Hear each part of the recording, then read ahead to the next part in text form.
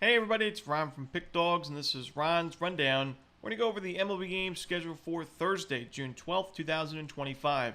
If you like this video, make sure to hit that thumbs up button and subscribe. Put your baseball picks in the comment section below. And if you're looking for my best bets, including my daily rundown best bet in Major League Baseball, you can find those at the Premium Picks tab at pickdawgz.com. There's also a link in the description. Alrighty, here we go. Here are the games for Thursday, Major League Baseball. First up, we got the Washington Nationals taking on the New York Mets. We got Mike Soroka and Kodai Senga as the starters. You had mentioned that Mike Soroka, I think, is a lot better than his current ERA. He had a great outing in his last start against the Rangers. 6 innings of shutout ball with 7 strikeouts. Ended up being a 2-0 Nationals win. They've now won 3 of his last 4 games. He's given up 3 runs or fewer in 4 of his last 5 games. I think he's going to be good enough in this one to keep it close. We're getting a really good price for Washington, even on the run line. I think Kodai Senga is still one of the better pitchers in the National League, but he's given up at least 1 home run in 3 straight games, 2 of those to the Rockies of all teams. The Nationals have proven to be a tough lineup against right-handed pitching recently. Give me the Nationals in this one, plus the 1.5 runs and on the money line in this game. Next up, the Texas Rangers and the Minnesota Twins. We got Patrick Corbin and Bailey Ober as the projected starters. I do think this is a pretty lopsided pitching matchup, even though Corbin's been serviceable so far in 2025. He was coming off 8 innings of 2-run ball against the Nationals, but ended up being that 2-0 loss up against Mike Soroka, and the Rangers have now lost 3 of his last 4 games.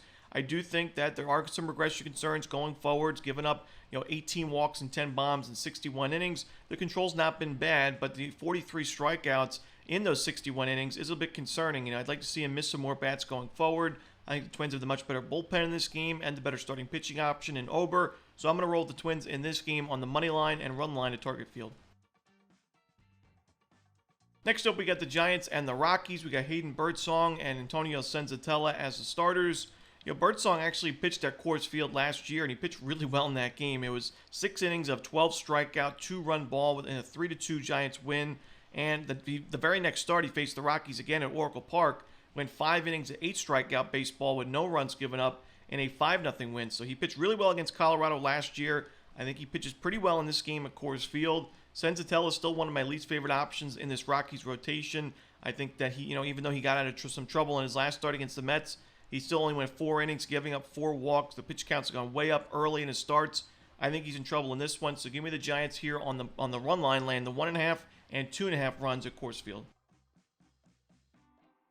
Next up, the Tigers and the Orioles. We got Tarek Skubal and Dean Kramer as the starters.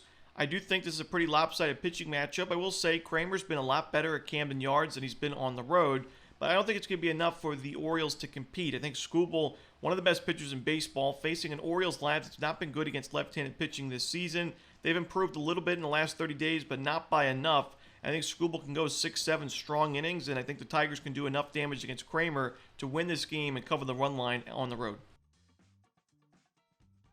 Next up, we got the Yankees and the Royals. We got Will Warren and Seth Lugo as the starters.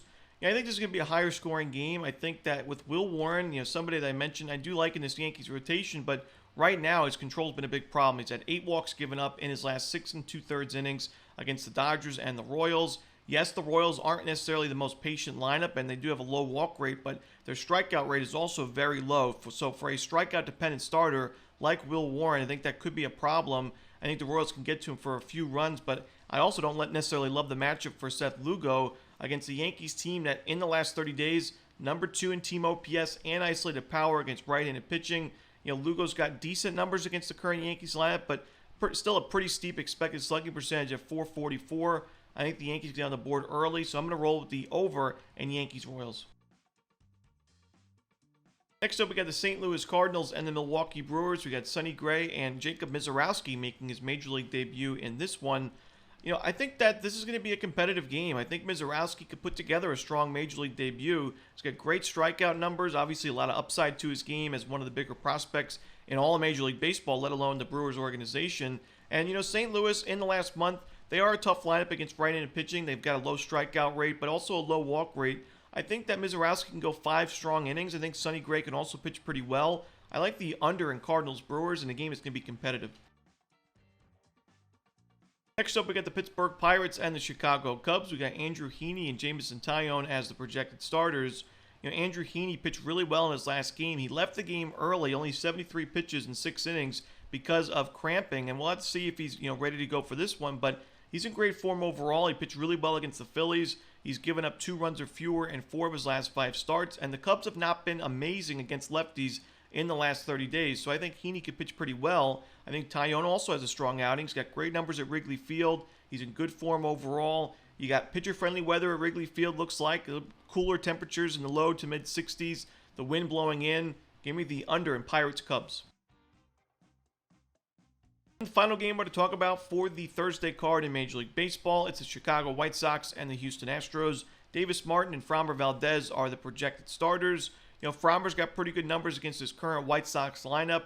Martin has struggled against the current Astros lineup, and I do mention I think he's got a lot of regression concerns going forward. I don't love this matchup for him. I think the Astros can get to him for a few runs early. I think the Astros will win this game and cover the run line. Now, got to mention, the White Sox in the last 30 days have been pretty competitive against left-handed pitching where they've got great power numbers. That could be a problem for Framber, but I still think he'll be good enough for the Astros to take that win and cover the run line as well. So give me the Astros here laying the 1.5 runs. And that's it. Those are the games for Thursday in baseball. Hope you enjoyed this video. Again, if you're looking for my best bets, you can find those at Pick Dawgz Premium, and there is a link in the description. As always, this is Romanelli. Good luck.